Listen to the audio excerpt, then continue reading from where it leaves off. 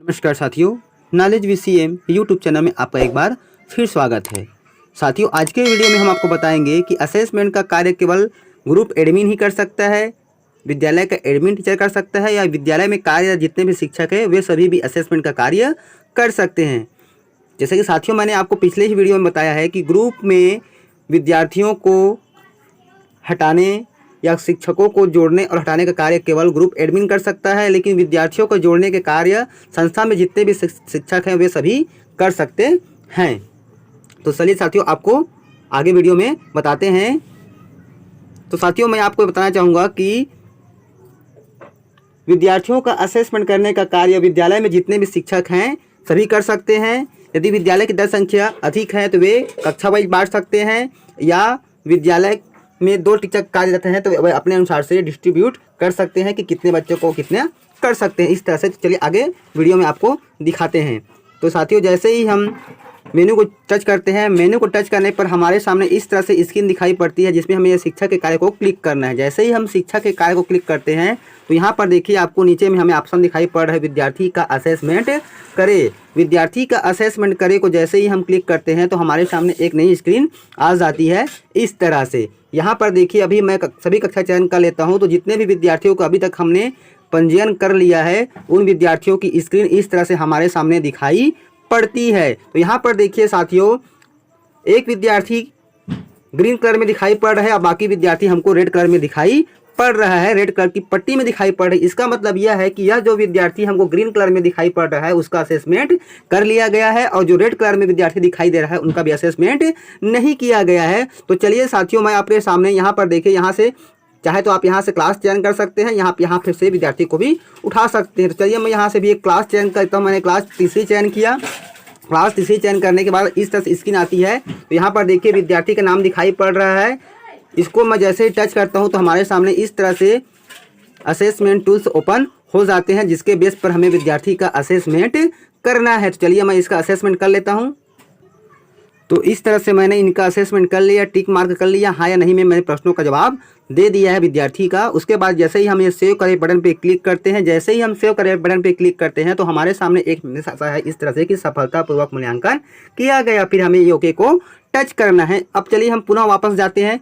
अब हम देखते हैं कि इस विद्यार्थी का असेसमेंट हुआ है कि नहीं हुआ है। चलिए मैं पुनः यहाँ पे सभी कक्षा का चयन कर लेता हूँ ताकि सभी विद्यार्थी का लिस्ट हमारे सामने इस तरह दिखाई पड़े। अब यहाँ पर देखिए साथियों, जितने भी विद्यार्थी थे उसमें से 2 विद्यार्थियों का असेसमेंट कर लिया गया है, जिनका जो कलर है वह ग्रीन पट्टी में हो गया है और बाकी का भी रेड पट्टी में दिखाई पड़ रहा है। अब चलिए साथियों, स्टाफ के हम अन्य शिक्षक के लॉगिन पर देखते हैं कि जिनका हमने असेसमेंट किया है वह उनके लॉगिन पर असेसमेंट दिखा रहा है या नहीं दिखा रहा है।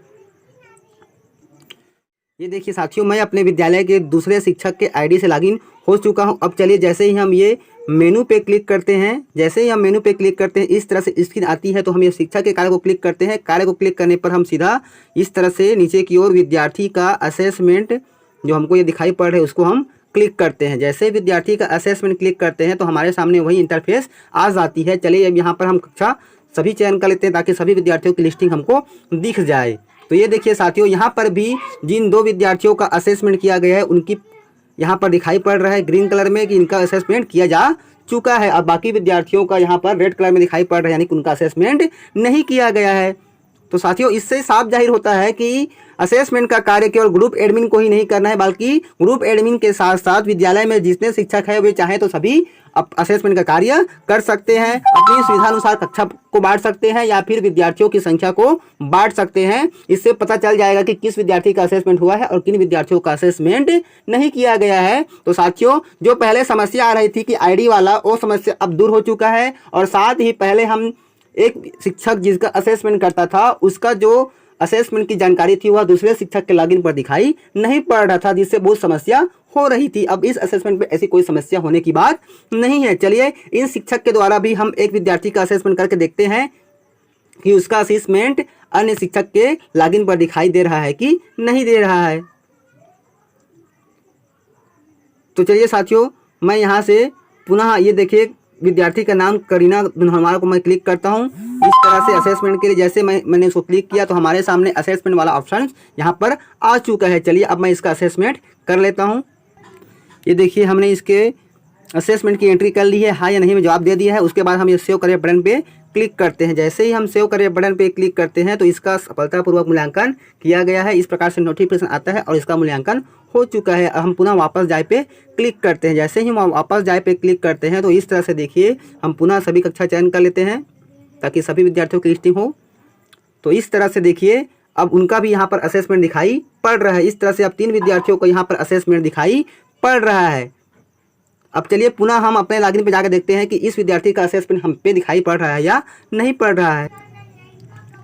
तो ये देखिए साथियों, मैं अपने आईडी से लॉगिन कर चुका हूं और यहाँ पर देखिए अब तीनों विद्यार्थियों का यहाँ पर हमको असेसमेंट दिखाई पड़ रहा है और वह ग्रीन पट्टी में हो चुका है और जिनका असेसमेंट नहीं हुआ है वह रेड पट्टी में है। तो इस तरह से बिल्कुल स्पष्ट हो गया है कि असेसमेंट का कार्य विद्यालय के सभी शिक्षक कर सकते हैं।